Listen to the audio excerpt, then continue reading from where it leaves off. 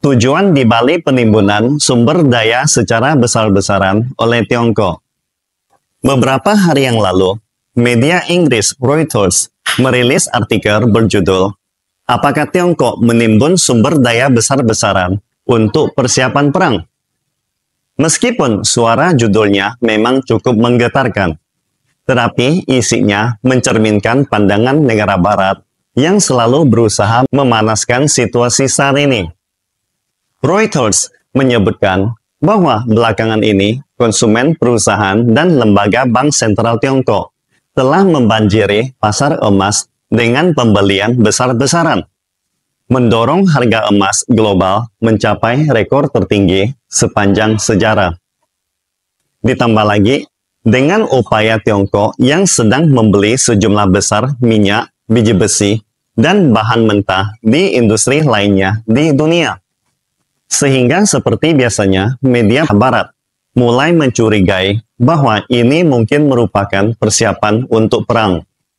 Harga emas telah menyentuh level tertinggi sepanjang masa, menembus level $2.600 per ons pada tahun ini. Namun, faktor geopolitik dan menurunnya ekspektasi pemangkasan Federal Reserve bukan menjadi pendorong utama rally emas.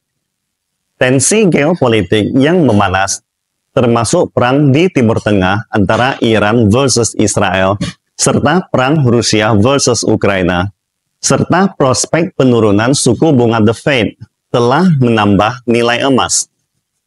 Namun, yang mendorong kenaikan tersebut adalah permintaan besar-besaran dari Tiongkok. People's Bank of China telah memborong emas sebesar 224,88 ton pada tahun 2023. Jumlah ini jauh lebih besar dibandingkan pada tahun 2022 yang tercatat 62,2 ton. Perlambatan ekonomi serta krisis properti membuat ekonomi Tiongkok menjadi salah satu alasan pembelian emas secara masif oleh Bank Sentral Tiongkok. Emas adalah aset aman yang bisa menjadi lindung nilai saat terjadi ketidakpastian ekonomi dan politik. Tahukah Anda, selama lebih dari setahun, Bank Sentral Tiongkok telah membeli emas secara besar-besaran. Langkah ini bersamaan dengan perang di Ukraina dan Gaza telah ikut menaikkan harga emas ke level tertinggi. Aksi pemerintah Tiongkok terus memborong emas diikuti oleh para spekulan yang berharap harga logam mulia ini akan terus naik. Langkah People's Bank of China sekarang juga diikuti oleh sebagian besar bank sentral negara-negara berkembang yang ingin meningkatkan kepemilikan cadangan emas mereka. Menurut World Gold Council, selama 16 bulan terakhir, People's Bank of China terus membeli emas dan menambah cadangan emasnya. Pada tahun 2023, Bank Sentral Tiongkok yang paling banyak membeli emas dibandingkan semua bank sentral lainnya di dunia.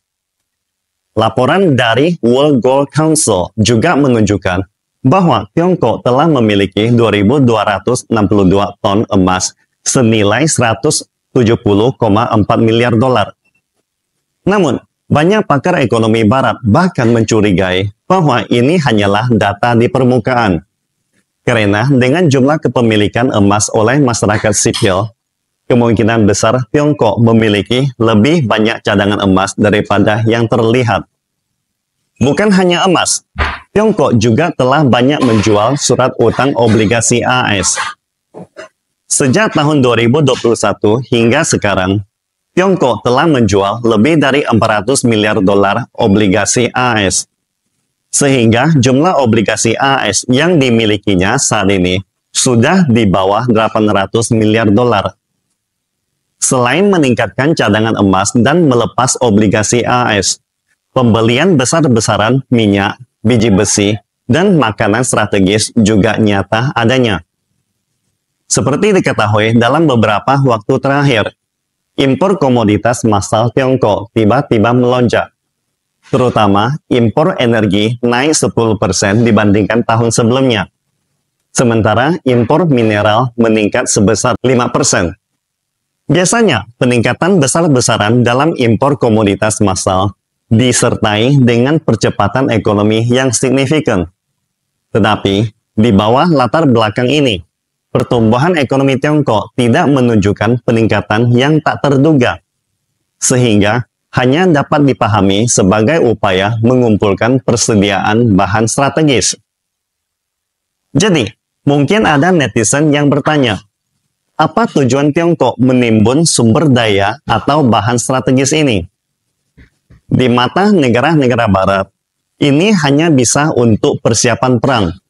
Dan yang paling memungkinkan adalah persiapan konflik di wilayah Taiwan dan LCS dengan Filipina sebagai boneka AS. Misalnya, dari segi Taiwan, sejak insiden kapal nelayan Qingmen bulan Februari tahun ini, pihak oposisi di Taiwan terus memanasi ketegangan lintas selat, mengakibatkan hubungan lintas selat memburuk secara drastis. Dan pada bulan Mei, ketika Lai Ching-te akan resmi mengambil alih jabatan pada tanggal 20 nantinya, situasi lintas selat pasti akan mengalami perubahan yang dramatis, yang pasti tidak menguntungkan hubungan damai antara kedua belah pihak.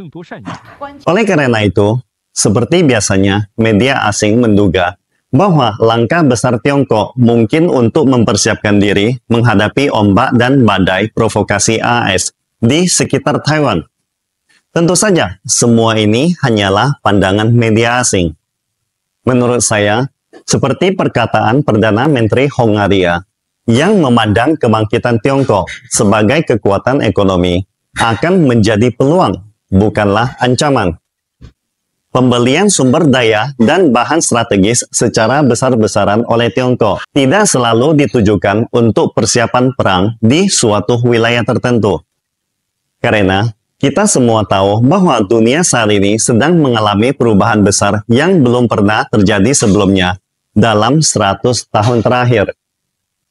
Kebangkitan Tiongkok dalam ekonomi, politik, dan militer sebagai negara adidaya lamban laun diyakini akan mengubah landscape geopolitik dunia dan menjadi superpower global baru. Sebagai negara raksasa yang sedang bangkit dengan cepat, Tiongkok memiliki lebih banyak hal yang harus dilakukan dan tanggung jawab sejarah yang lebih besar dalam perubahan besar ini. Oleh karena itu, sangatlah wajar bagi Tiongkok untuk lebih berhati-hati dalam mengumpulkan bahan strategis sebagai langkah antisipasi. Dan negara barat tidak perlu terlalu panik dalam hal ini. Karena kebangkitan Tiongkok merupakan situasi yang saling menguntungkan dan benar-benar merupakan fase baru bahwa dunia memiliki masa depan bersama. Salam Indonesia Maju!